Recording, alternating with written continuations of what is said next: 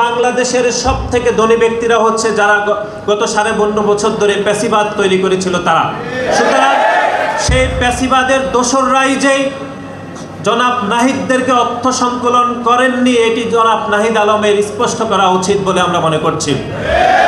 এবং নতুন রাজনৈতিক বন্দোবস্তের কথা বলে যে নতুন রাজনৈতিক দল গঠিত হয়েছে, সেই নতুন রাজনৈতিক দল কোনোভাবেই তাদের সমালোচনা সহ্য করতে পারে না।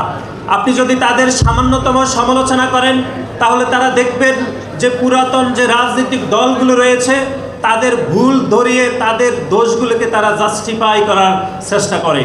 সুতরাং আমাদের সার্বিকভাবে মনে হয়েছে নতুন যে রাজনৈতিক দল গঠিত হয়েছে সেটি কোনোভাবে নতুন রাজনৈতিক বন্দোবস্তবায়ন করতে পারেনি, বরং আদিম যুগের রাজনৈতিক বন্দোবস্তবায়ন করতেই তারা নতুন রাজনৈতিক দল গঠন করেছেন।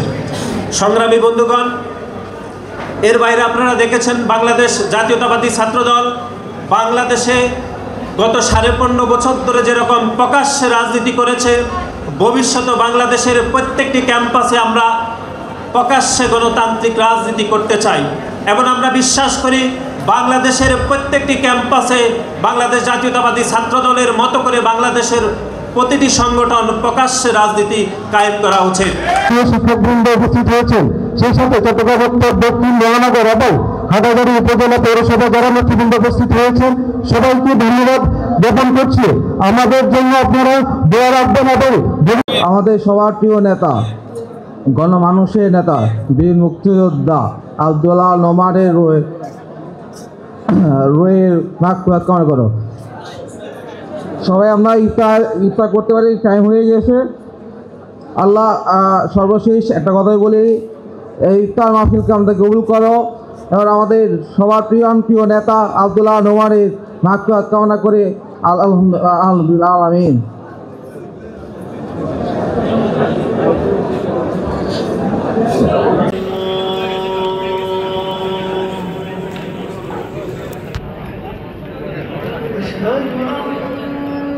محمد